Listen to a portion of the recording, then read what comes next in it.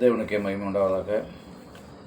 இந்த நாளிலும் தேவன் நம்மளை ஒவ்வொருவரையும் பாதுகாத்து அவனை நடத்தும்படி அவருடைய பாதத்தில் நாம் புத்தியோடும் ஞானத்தோடும் அமர்ந்து காத்திருப்போம். இந்த நாளுக்கான ஒரு சிந்தனை துளியை நான் பார்த்தோன்னா, ஒரு கிராமத்தில் ரொம்ப சோம்பேறியான ஒரு பையன் இருந்தான். சோம்பேறி, அப்படி ஒரு சுடு சோம்பேறி. எந்த வேலை சொன்னாலும் நாளைக்கு செய்வோம்னு சொல்லிட்டு எல்லாத்தையுமே பெண்டிங்கு போடுறதே அவன் வேலையாக இருக்குது. ஸ்கூலில் போனால் ஹோம்ஒர்க் கொடுத்தா நாளைக்கு பண்ணுவோம் அப்படின்னு வச்சேன். இன்றைக்கி செய்ய வேண்டிய அந்த ஹோம்ஒர்க்கை வந்து நாளைக்கு செய்யணும், நாளைக்கு அந்த கொடுக்க வேண்டிய அந்த காரியத்தை அடுத்த நாள் செய்யலான்னு சொல்லிட்டு இப்படியே எல்லாத்துலேயும் பெண்டிங் போடுறதுனால அவன் வீட்டில் யாருக்குமே அவனுக்கு பிடிக்காது. எல்லாருமே வந்து அவனை வெறுக்க ஆரம்பித்தாங்க. எல்லாருமே வந்து அவனுக்கு விரோதமாக இருக்கிறதுனால அவனுடைய சிந்தனைகள்லாம் வேறு மாதிரி ஆரம்பிச்சிருக்கு. அப்போ இந்த சமயத்தில் அந்த ஊருக்கு ஒரு சன்னியாசி வர்றதா ஒரு தகவல் கிடச்சிருக்கு.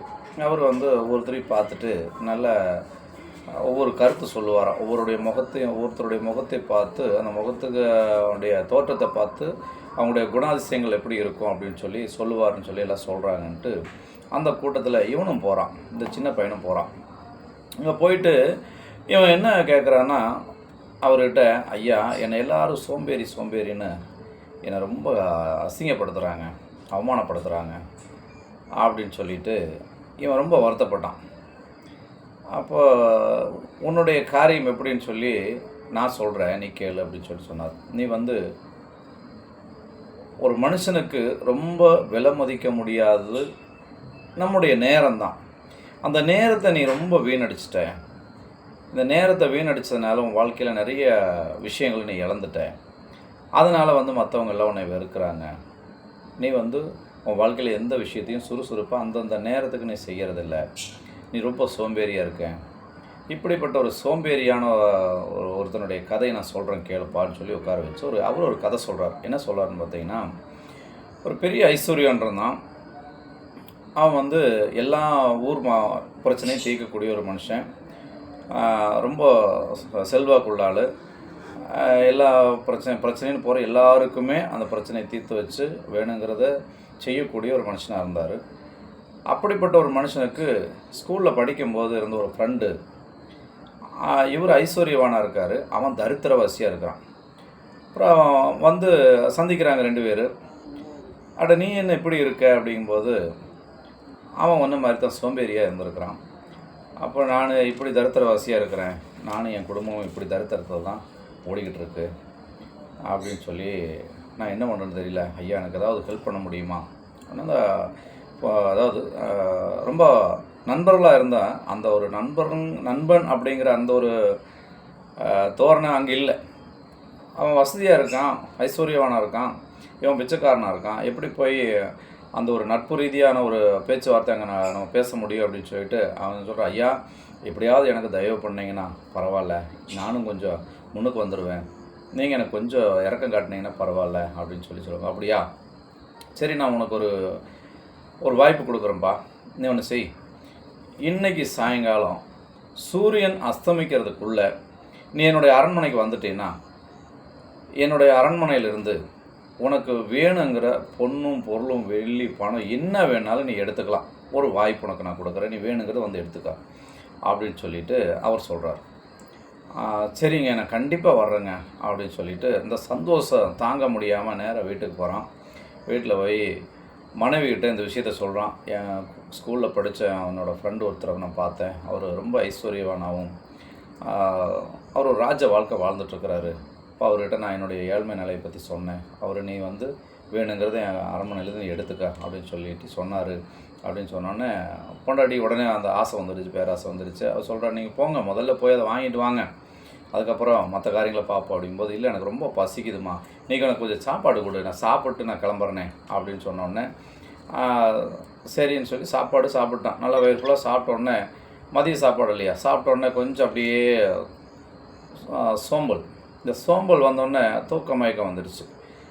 அப்போ அந்த தூக்கம் வர டைமில் வந்து இன்றைக்கி போய் தங்கம் வைரம் வெள்ளின்னு பணம் காசுன்னு எல்லாத்தையும் அள்ளிட்டு வர போகிறோம், அடுத்து என்ன செய்யலாங்கிற அந்த சீக்கிரம் நம்ம வந்து ஒரு பணக்காரனாக போகிறோமே, அடுத்து எப்படியெல்லாம் நம்ம வாழணுன்ட்டு அந்த கற்பனையிலேயே படுத்தவன் நல்லா தூங்கிட்டான்.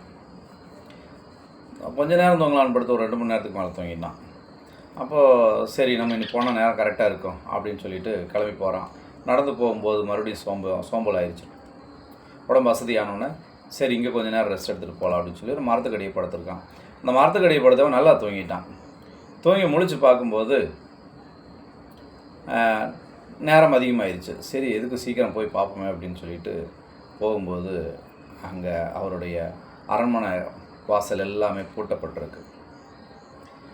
அவர் சொன்ன விஷயம் என்ன, சூரியன் அஸ்தமிக்கிறதுக்குள்ளே நீ வந்தால் உனக்கு வேணுங்கிறத எடுத்துக்கலாம் அப்படின்னு சொல்லி சொன்னார். இந்த சோம்பேறி என்ன பண்ணிட்டான், அதுக்குள்ளே அங்கே போய் அதை வாங்க முடியல.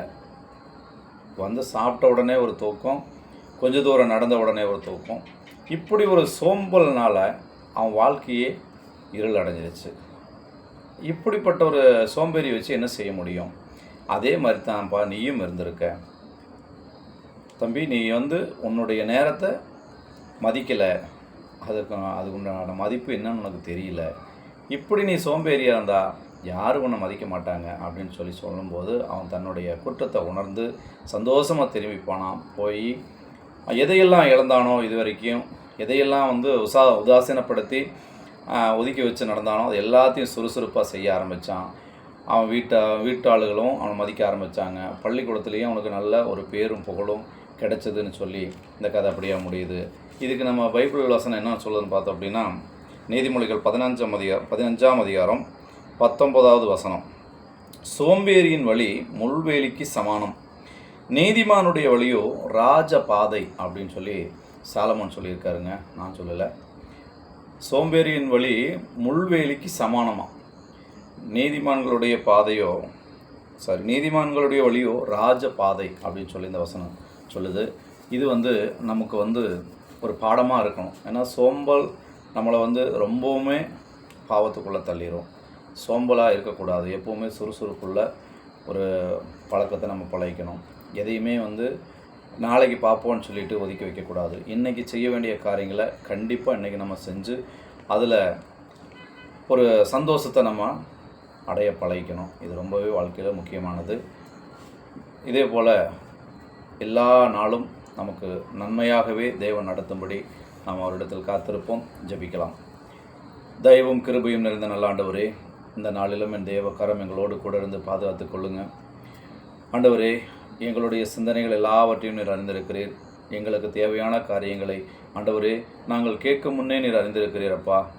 அப்படிப்பட்ட தேவன் நீர் எங்களுக்கு பாதுகாவலராக இருக்கும்போது ஆண்டவரே, நாங்கள் கவலை இல்லாமலும் துக்கம் இல்லாமலும் வேதனை இல்லாமலும் ஆண்டவரே நாங்கள் ஒவ்வொரு நாளும் சந்தோஷமாய் இந்த நாளை ஆண்டவரே செலவிட தேவன் எங்களோடு கூட இருந்து நீர் பாதுகாத்து கொள்ளும்படி எங்களுடைய ஆவியாத்ம சரீரம் முழுவதும் உம்முடைய பாதத்திலே சமர்ப்பித்து ஜெபிக்கிறோம். ஜெபம் கேளும் பரிசுத்தமும் இருக்கும் இருந்த பரமபிதாவே, ஆமேன். மீண்டும் சந்திப்போம்.